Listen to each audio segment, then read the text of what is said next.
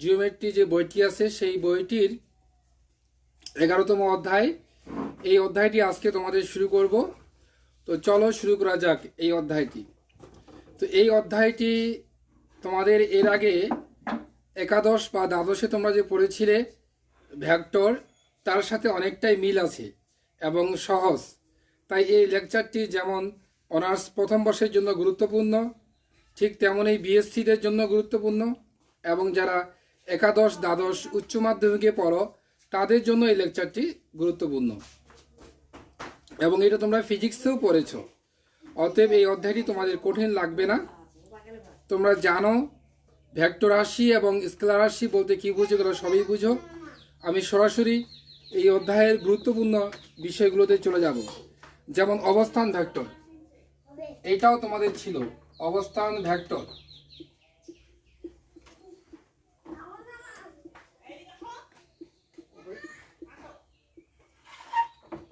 অবস্থান ভেক্টর বলতে কি বুঝো?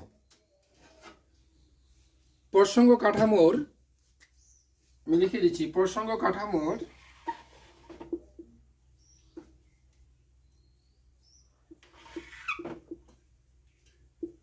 মূলবিন্দু ও এর সাপেক্ষে কোন বিন্দুর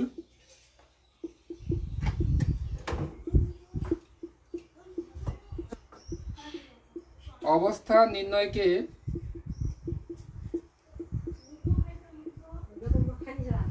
অবস্থান ভেক্টর বলে। প্রসঙ্গ কাঠামোর মূলবিন্দু ও এর সাপেক্ষে কোনো বিন্দুর অবস্থান নির্ণয়কে অবস্থান ভেক্টর বলে। মনে করো এই যে এই একটা বিন্দু, মনে করো পি বিন্দু, মূলবিন্দুর সাপেক্ষে এই বিন্দু যে অবস্থান, এটাকে যদি আর ভেক্টর দ্বারা ডিফাইন করি তাহলে ওপি ইকুয়াল টু আর ভেক্টর, এটা হলো পি বিন্দুর অবস্থান ভেক্টর আর। মূলবিন্দু ও এর সাপেক্ষে পি বিন্দুর অবস্থান, এই ওপি ইকুয়াল টু স্মল আর, এই আর বিন্দু পি বিন্দু যে অবস্থান ভেক্টর আর, এটাকে বলা হয় অবস্থান ভেক্টর। তাহলে কি হলো? প্রসঙ্গ কাঠামোর মূলবিন্দু ও এর সাপেক্ষে কোনো বিন্দুর অবস্থান নির্ণয় করাকে আমরা অবস্থান ভেক্টর বলবো। এরপরে আমরা আসব স্কেলার গুণন কি এবং ভেক্টর গুণন কি। এটাও তোমাদের জানা আছে, স্কেলার গুণন কি এবং ভেক্টর গুণন কি। স্কেলার গুণন কি বলো দেখি?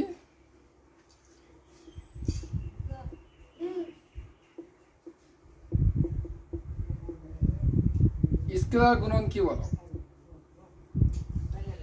তোমরা জানো যে দুটি ভেক্টর যদি এ এবং বি হয়, মনে করো এখানে এ একটা ভেক্টর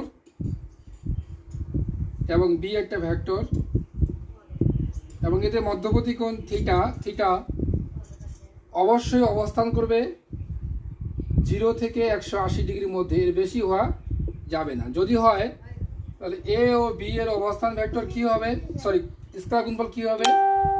এ ভেক্টরের মান, বি ভেক্টরের মান এবং এদের মধ্যবর্তী কোণের কোসাইন মানে cos theta, that means A B cos theta. তাহলে এ এবং বি এই দুইটা ভেক্টরের স্কেলার গুণফল হবে এ ভেক্টরের মান, বি ভেক্টরের মান এবং এই দুইটা ভেক্টরের মধ্যবর্তী কোণের কোসাইন কস থিটা। তাহলে এ বি কস থিটা। এখন এইটা আমরা জ্যামিতিক একটা ব্যাখ্যা করব, এই ডট গুণফলের একটা জ্যামিতিক ব্যাখ্যা। যেমন তোমরা ইন্টারমিডিয়েটে পড়ছিলে না, এ ভেক্টর বরাবর বি ভেক্টরের অভিক্ষেপ কি পড়ছিলে বলো দেখি? এ ভেক্টর বরাবর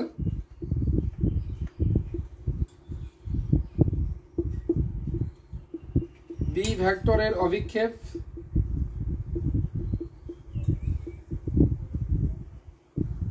বি কস থিটা। এটাকে আমরা লিখছিলাম কি A dot B divided A ভেক্টরের মান।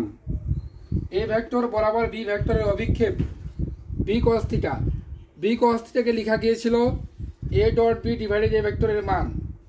কারণ কি, এ ডট বি সমান কি এ বি কস থিটা আর এ, তাহলে এ চলে গেল, বি কস থিটাই থাকলো। সিমিলারলি বি ভেক্টর বরাবর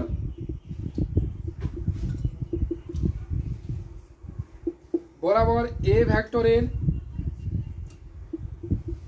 ভেক্টরের অভিক্ষেপ কি হবে, এ কস থিটা। এটাকে লেখা যাবে কি এ ডট বি ডট গুণফল ডিভাইডেড বি ভেক্টরের মান। কারণ এ ডট বি সমান কি A B cos theta divided B, তাহলে বি চলে যাবে, এ কস থিটাই থাকতেছে। ক্লিয়ার?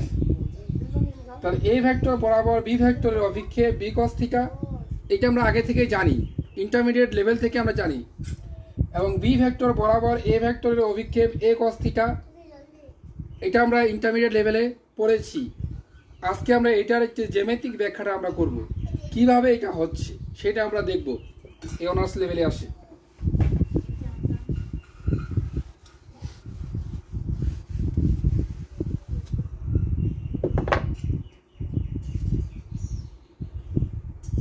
এ ভেক্টর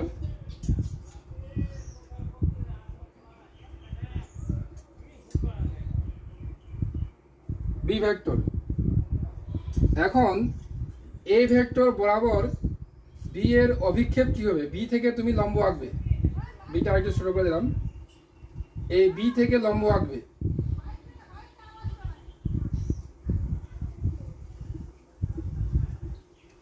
থিটা মনে করো ও, এটা এম। এ ভেক্টর বরাবর যখন বি ভেক্টরের অভিক্ষেপ হবে ও এম, তোমরা জানো, লিখো এ ভেক্টর বরাবর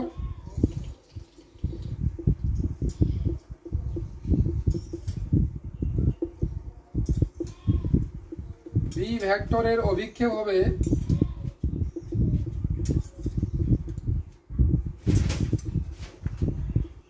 ও এম। ও এম কে আমরা কি লিখতে পারি, cos থিটা ইকুয়াল, যেহেতু এটা লম্ব 90 ডিগ্রি, তাহলে ভূমি হচ্ছে ও এম, অতিভুজ হচ্ছে বি ভেক্টর এর মান।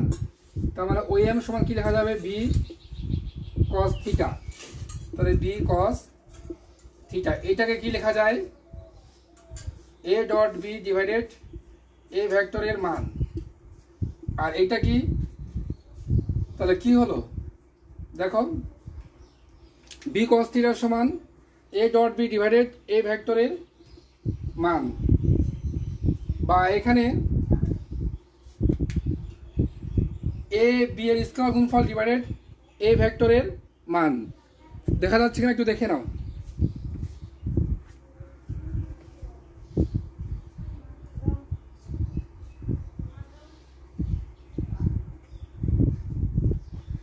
তাহলে আমরা এ ডট বি সমান কি জানি, এ বি কস থিটা, তাহলে এ ইন্টু বি কস থিটা, মানে এ ভেক্টরের মান ইন্টু এ ভেক্টর বরাবর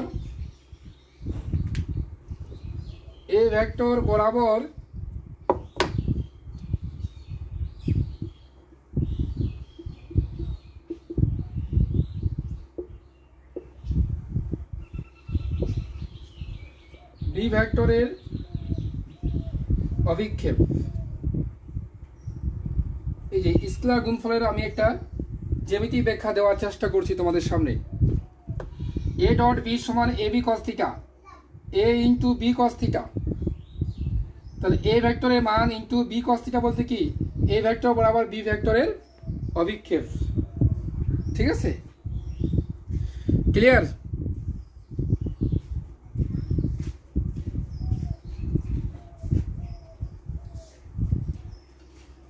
আমরা আরো লিখতে পারি, এটা তুলে নাও, তারপর আরেকটু বোঝাচ্ছি আমি। এখানে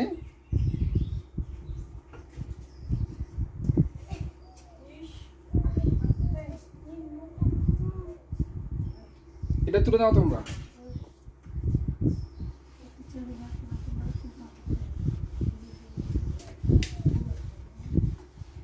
এই চিত্র দিয়ে বুঝাতে পারি। এবার বি ভেক্টর বরাবর এ ভেক্টরের অভিক্ষেপ লম্ব আঁকলাম, এখানে এটা 90 ডিগ্রি, এটা এটা এন মনে করো, তাহলে cos থিটা সমান কি লেখা যাবে? ভূমি, যেহেতু এটা লম্ব এটা অতিভুজ, যেহেতু লম্ব হচ্ছে এই কোণটা 90 ডিগ্রি, এবার এটা চিন্তা বাদ দাও, যেহেতু লম্ব এইটা, তাহলে এটা হবে অতিভুজ আর এটা হবে ভূমি আর এটা হবে লম্ব, তাহলে ভূমি হচ্ছে ON, অতিভুজ হচ্ছে এ ভেক্টরের মান, তার মানে ON ইকাল হচ্ছে a cos থিটা। তাহলে তার মানে কি বি ভেক্টর বরাবর এ ভেক্টরের অভিক্ষেপ a cos theta, B vector বরাবর এ ভেক্টরের অভিক্ষেপ a cos থিটা। তাহলে আমরা আগের মতো কি লিখতে পারি? a ডট বি সমান এ বি cos থিটা, তাহলে এখান থেকে বি নিলাম a cos থিটা, তাহলে বি ভেক্টরের মান, বি ভেক্টরের মান ইন্টু বি ভেক্টর বরাবর, বি ভেক্টর বরাবর এ এর অভিক্ষেপ, ঠিক আছে? তাহলে এ ডট বি, এই ডট গুণফলে যদি জ্যামিতিক ব্যাখ্যা আসে, তোমরা এর আগে যেমন এ ডট বি সমান করলাম কি এ ভেক্টরের মান এ ভেক্টর বরাবর বি এর অভিক্ষেপ, এবার করলাম বি ভেক্টরের মান বি ভেক্টর বরাবর এর অভিক্ষেপ। এটি হলো ডট গুণফলের জ্যামিতিক ব্যাখ্যা। তোমরা তুলে নাও। এরপরে আমরা আসবো ক্রস গুণফল, দুইটা ভেক্টরের ক্রস গুণফল।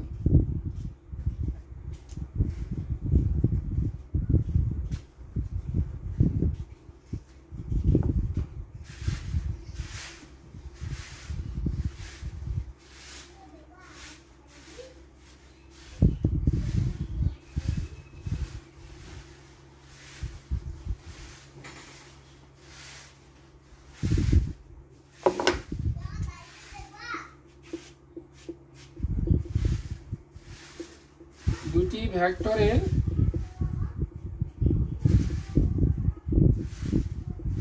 ক্রস গুণফল, ঠিক আছে? তো এখানে আমরা ক্রস গুণফলের ক্ষেত্রে জানি, মনে করো এ একটা ভেক্টর এবং বি একটা ভেক্টর, এদের মধ্যবর্তী কোণ থিটা,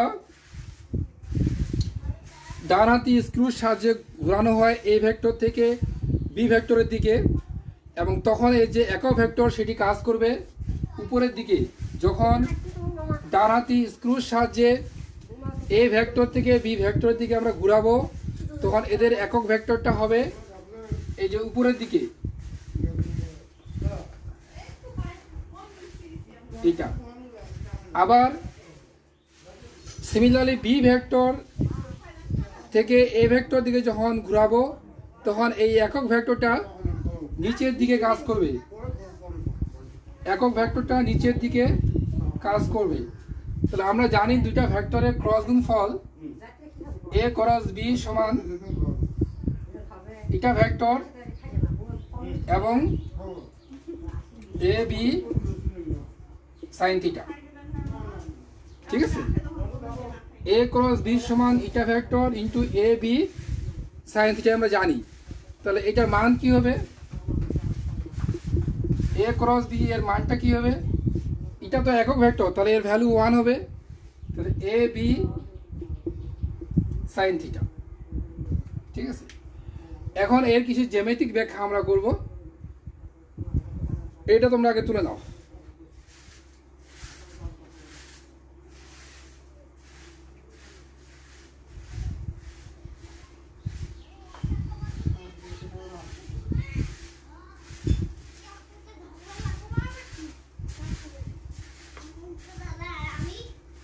তাহলে আমরা দুইটা ভেক্টরের ক্রস গুণফল এ ক্রস বি জানি এটা এ বি সাইন থিটা। এখন যদি এর মান বের করি, তাহলে জানো এটা একক ভেক্টর, তাহলে এর ভ্যালু 1 হয়ে যাবে, তাহলে এ বি সাইন থিটা। এখন আমরা এর জ্যামিতিক ব্যাখ্যা করব।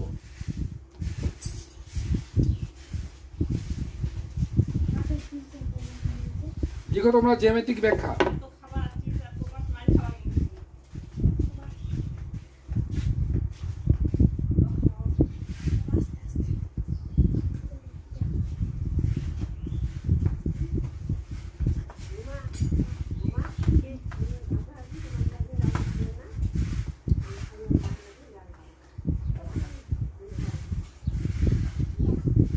মনে করো ও এস সি বি একটা সামান্তরিক, এখানে এই সামান্তরিকের উচ্চতা এটা এইচ, এই কোণটা theta.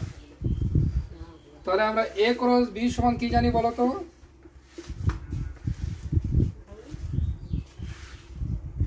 Eta A B sine theta.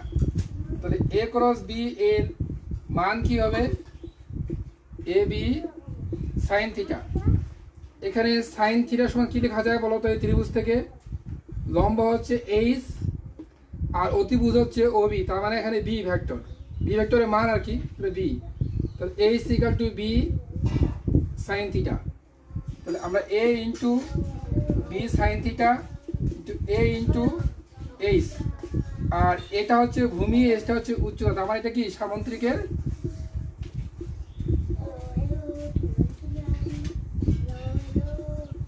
ক্ষেত্রফল। তার মানে এটা কি হয়ে গেল? সামান্তরিকের ক্ষেত্রফল। দেখা যাচ্ছে তো না?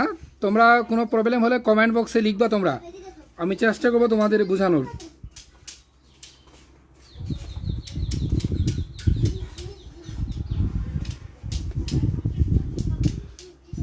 তাহলে আমরা এখানে কি লক্ষ্য করছি বলো তো? সামান্তরিকের ক্ষেত্রফল কি আসলে? আসলে এই দুইটা ভেক্টরের ক্রস গুণফলের মান। তোমরা এখানে কথাটা লিখতে পারো, তোমরা এটা ইন্টারমিডিয়েট লেভেলে পড়েছিলা যে সামান্তরিকের ক্ষেত্রফল, সামান্তরিকের যদি সন্নিহিত বাহু দ্বারা দুইটা ভেক্টর নির্দেশ করে, কোনো সামান্তরিকের দুইটা সন্নিহিত বাহুদ্বয় দ্বারা যদি দুইটা ভেক্টর নির্দেশ করে, তাহলে তাদের ক্রস গুণফলের যে মানটা হবো সেটা হবে এই সামান্তরিকের ক্ষেত্রফল। ক্লিয়ার? এই দুইটা সন্নিহিত বাহুদ্বয়ের ক্রস গুণফলের যে মান হবে সেটা হবে এই সামান্তরিকের ক্ষেত্রফল। ঠিক আছে? ফ্যানটা একটু এদিকে দাও, এই পাশে। ঠিক আছে, ঠিক আছে।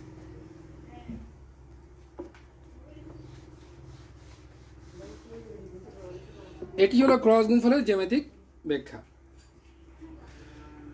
এরপরে তোমাদের কি পড়াবো দেখি।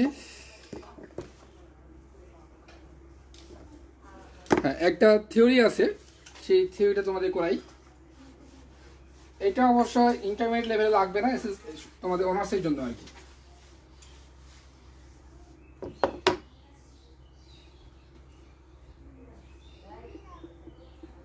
এক্সাম্পল 4,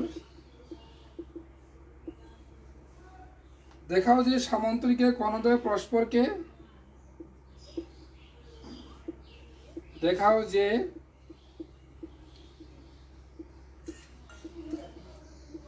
সামান্তরিকে কর্ণদ্বয়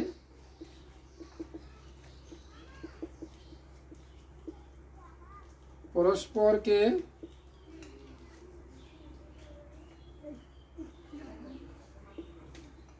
সমদ্বিখণ্ডিত করে।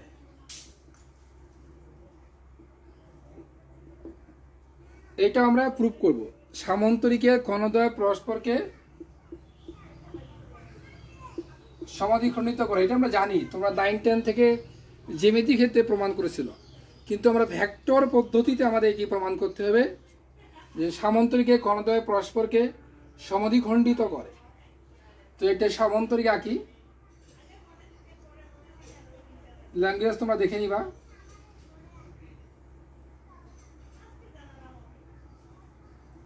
এটা এ ভেক্টর, এটা বি ভেক্টর, ও এ সি বি, বা এ বি সি ডি দিতে পারি আমি। এ বইয়ে দেওয়া আছে মানে A B C D, A B C D. কর্ণ দুইটা, একটা এসি কর্ণ আর একটা বিডি কর্ণ। তোমরা এখানে ত্রিভুজ বিধি একটা জানো। ত্রিভুজ বিধিটা কি বলতো?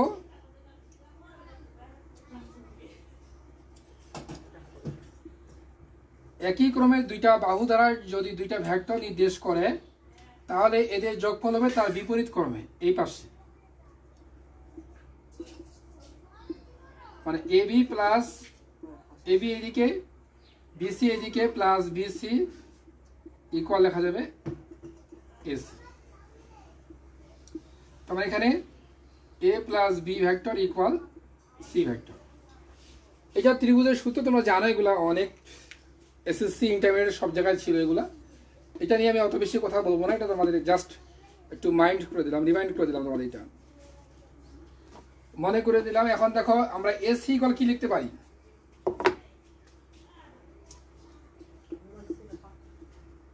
বলো। AC equal AB plus BC. তাহলে এখানে এ, এটাকে এ ভেক্টর, যেহেতু এটা বি ভেক্টর, এটা অবভিয়াসলি বি ভেক্টর, এটা অবভিয়াসলি এ ভেক্টর।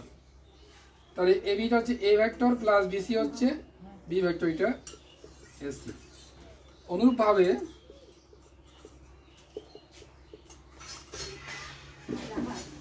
বিডি সমান কি হবে? বিডি সমান BA plus AD, BA plus AD. তাহলে এটা মাইনাস এবি প্লাস এডি, এটা এ ভেক্টর, আর এটা এডিকে এডিকে লিখতে পারি আমরা কি? B vector. তার মানে বি মাইনাস এ ভেক্টর, এটা বিডি ভেক্টর। এইটুকু পর্যন্ত তোমার তুলে নাও আগে।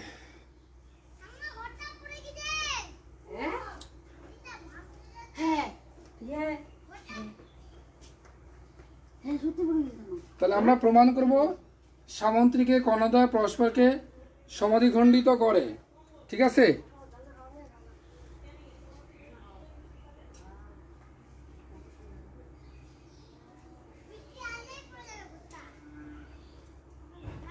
AC equal AB plus BC, A vector plus B vector.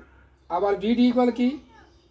ওই যে ত্রিভুজের সূত্র বিএ প্লাস এডি, বিএ এই পাশে যদি কলমটা হয় প্লাস এডি ইকুয়াল কি হবে? এই পাশে BD, BD equal BA plus AD, এটা ত্রিভুজ বিধি অনুসারে। তাহলে বিএটাকে মাইনাস এবি লেখা যাবে প্লাস এডি, আর এবিটা এ ভেক্টর, এডিটা বি ভেক্টর, তারপরে B minus A vector, BD equal. আবার AC equal A plus B. এখন আমরা যদি এই দুইটা পরস্পরকে পি বিন্দুতে ছেদ করে, তাহলে এপিকে আমরা কি লিখতে পারি? এক্স ইন্টু আমরা এসি লিখতে পারি। আবার বিপিকে আমরা কি লিখতে পারি? Y into BD. এক্স এর মান মনে করো হাফ বের হবে, এটা বের হবে আর কি। তো এক্স এর জায়গায় তুমি এম এন যে কোনো হতে পারে, স্কোয়ার গুণন। যেহেতু এরা একই ভেক্টর, এই ধারক রেখা যেহেতু একই, তাহলে এপিকে আমরা লিখতে পারবো এক্স ইন্টু এসি এবং বিপিকে ওয়াই ইন্টু বিডি। ত্রিভুজ এ পি বি হতে কি লেখা যায় বলো? এখান থেকে কি লিখতে পারবো আমরা? এপি প্লাস পিবি,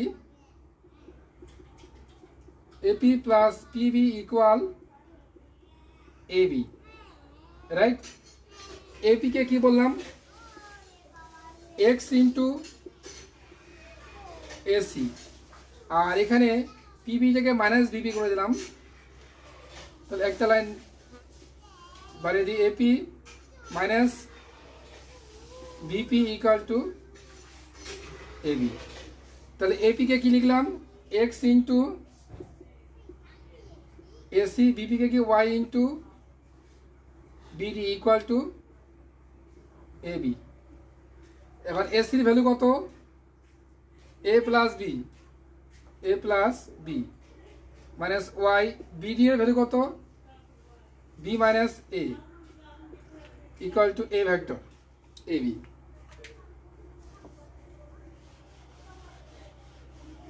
নিচে দেখা যাচ্ছে, এই লাইনটা দেখা যাচ্ছে। তাহলে X A plus X B minus Y B plus Y A equal to A vector. তাহলে এখান থেকে এক্স কমন নাও, A plus B minus one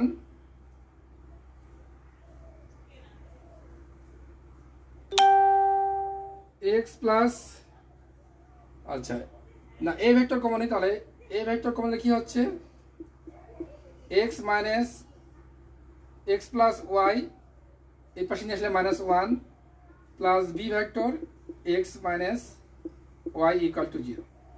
এটা কখন 0 সম্ভব? এটা থেকে স্কেলার, এক্স মাইনাস ওয়াই থেকে স্কেলার কনস্ট্যান্টের মতো কাজ করবে, এটাও একটা স্কেলার কনস্ট্যান্টের মতো। তাহলে এইটার এই রাশিটার এই লেফট সাইড যে রাশিটা আছে এটা কখন 0 পসিবল? অবশ্যই এই স্কেলারগুলো শূন্য হতে হবে, কারণ এটা থেকে ভেক্টর, তাহলে অবশ্যই এটা 0 হবে কখন? যখন x plus y minus 1 equal to 0 হবে এবং x minus y equal to 0 হবে। তার মানে এক্স ইকুয়াল টু ওয়াই, মানে এক্স ইকুয়াল টু ওয়াই বসাতে এখানে x plus y x minus 1, তাহলে 2x equal to 1, x equal to half, আবার এক্স ইকুয়াল টু ওয়াই মানে ওয়াইও হাফ, তার মানে এক্সও হাফ আসলো ওয়াইও হাফ আসলো। দেখো তোমরা এই পর্যন্ত বুঝতে পারলা কিনা?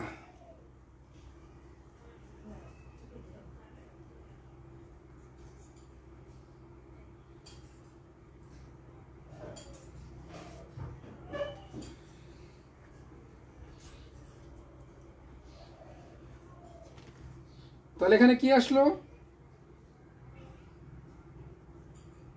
এ X plus B X minus, এখানে গুণন করেছি, এখান থেকে এ ভেক্টর কমন নিয়েছি, এইটা এ ভেক্টর এই পাশে নিয়ে এসে বি ভেক্টর কমন নিয়েছি। তাহলে এইটার এই রাশিটা কখন 0 পসিবল? যখন এইটার ভ্যালু 0 হবে এবং এইটার ভ্যালু 0 হবে।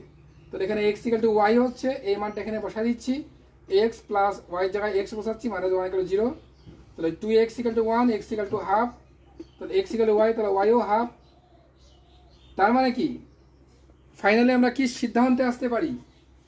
আমরা কি ধরছিলাম? এপি ইকুয়াল টু, দেখো এপি ইকুয়াল টু কি ধরেছিলাম? X into AC half AC, এবং বিপি সমান কি ধরেছিলাম? ওয়াই ইন্টু বিডি মানে হাফ বিডি। তার মানে কি এখানে এপি সমান হাফ এসি, বিপি সমান হাফ বিডি। তার মানে কি কর্ণদ্বয় পরস্পর কি করে? সমাধিখণ্ডিত করে। এখানে মান বের করো, এপি ভেক্টরের মান বের করো, নিচে দেখা না গেলে আমি উপরে আবার করে দিচ্ছি।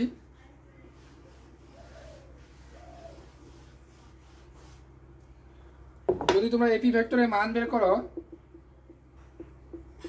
তাহলে কি হাফ এসি ভেক্টরের মান, মানে এপি ইকুয়াল টু হচ্ছে তোমার হাফ এসি, আবার বিপি ভেক্টরের মান বের করো,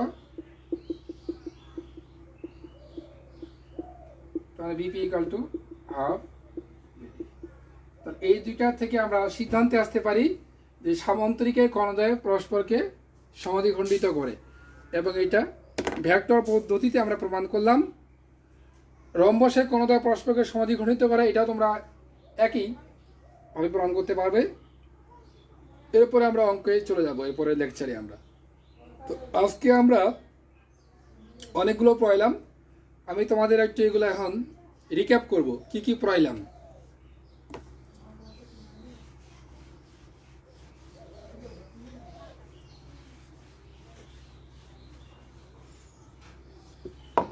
আমি তোমাদের বলছিলাম যে জ্যামিতি বইটার যে সেকেন্ড পার্টটা তোমার, এটার 3টা চ্যাপ্টার গুরুত্বপূর্ণ চ্যাপ্টার পড়িয়েছি, আর এই চ্যাপ্টারটা পড়লে মোটামুটি তোমাদের এই 3 ডাইমেনশনে আর লাগবে না, আর 2 ডাইমেনশনে তোমার 3টা অধ্যায় হয়ে গেছে। তো জ্যামিতিটা মোটামুটি তোমাদের শেষ। এইটা শেষ করে আমি ফান্ডামেন্টালে 2-1টা অধ্যায় পড়াবো, ফান্ডামেন্টাল যে বইটির আরও 2-1টা অধ্যায় পড়াবো তোমাদের। তো আমরা কি কি পড়লাম একটু লক্ষ্য করো তোমরা। প্রথমে আমরা পড়ছি অবস্থান ভেক্টর কি, অবস্থান ভেক্টর কাকে বলে। অবস্থান ভেক্টর হলো প্রসঙ্গ কাঠামোর মূলবিন্দু সাপেক্ষে কোনো বিন্দুর অবস্থান নির্ণয় করাকে অবস্থান ভেক্টর বলা হয়। প্রসঙ্গ কাঠামোর মূলবিন্দু সাপেক্ষে কোনো বিন্দুর অবস্থান নির্ণয়কে অবস্থান ভেক্টর বলে, আর দ্বারা ডিফাইন করা হয়, ওপি ইকুয়াল টু আর। এরপরে আমরা পড়লাম স্কেলার গুণন কি। দুটি ভেক্টরের স্কেলার গুণফল হলো ওই দুটা ভেক্টরের মধ্যবর্তী কোণ যদি থিটা হয় তাহলে এ এবং বি দুইটা ভেক্টরের স্কেলার গুণন হবে এ বি সমান এ বি কস থিটা। এবং এরপরে আমরা স্কেলার গুণফলের জ্যামিতিক ব্যাখ্যা দিয়েছি। এ বি কস থিটাকে লিখছিলাম A into B cos theta, B cos থিটাকে লিখছিলাম এ ভেক্টর তো এই পাশে আছে A vector into A vector বরাবর বি ভেক্টরের মান, অনুরূপভাবে বি ভেক্টরের মান ইন্টু বি ভেক্টর বরাবর এ ভেক্টরের মান, বা এ ভেক্টর বরাবর বি ভেক্টরের অভিক্ষেপ বি কস থিটা, এই B cos theta equal A dot B divided A ভেক্টরের মান, এটাও আমি প্রমাণ করিয়ে দিয়েছি এবং এগুলো তোমরা ফিজিক্সে পড়ছো। তারপরে আমি তোমাদের ব্যাখ্যাটা দিয়েছি যে কীভাবে এ ভেক্টর বরাবর বি ভেক্টরের অভিক্ষেপ এ ডট বি ডিভাইডেড এ ভেক্টরের মান হয়। ক্লিয়ার? এরপরে আমরা দুইটা ভেক্টরের ক্রস গুণফল শিখেছি। এ এবং বি দুইটা ভেক্টর এবং এদের মধ্যবর্তী কোণ যদি থিটা হয় তাহলে ক্রস গুণফল হবে এ বি সাইন থিটা। এবং এটার জ্যামিতিক ব্যাখ্যা দিতে গিয়ে একটা সূত্র হয়েছে যে সামান্তরিকের ক্ষেত্রফল হচ্ছে সামান্তরিকের দুইটা সন্নিহিত বাহুদ্বয় দ্বারা যদি দুইটা ভেক্টর নির্দেশ করে তাহলে এই সামান্তরিকের ক্ষেত্রফল হবে সন্নিহিত বাহুদ্বয়ের ক্রস গুণফলের মান। এটাও আমরা প্রমাণ করেছি। এরপরে লাস্টলি আমরা করলাম একটা থিওরি যে সামান্তরিকের কণদ্বয় পরস্পরকে সমাধিখণ্ডিত করে। তো আমি আশা করব তোমরা আমার এই লেকচারটি বুঝেছো এবং তোমাদের উপকারে আসবে। তোমরা লাইভ ক্লাসগুলো রেগুলার করবে, লাইভে থাকতে না পারলেও পরবর্তীতে ক্লাসগুলো তোমাদের ঠাকুরগাঁও সরকারি কলেজের ফেসবুক পেজে গিয়ে দেখে নিবে। তোমরা দেখলেই আমাদের সার্থকতা, এত কষ্ট করে ক্লাস দিয়ে। তো সরকার কর্তৃক প্রদত্ত স্বাস্থ্য মন্ত্রণালয় কর্তৃক প্রদত্ত স্বাস্থ্যবিধি সমূহ মেনে চলবে, এই প্রত্যাশা রেখেই আজকের ক্লাস হতে আমি এখানেই বিদায় নিচ্ছি। ধন্যবাদ সকলকে ক্লাসে অংশগ্রহণ করার জন্য।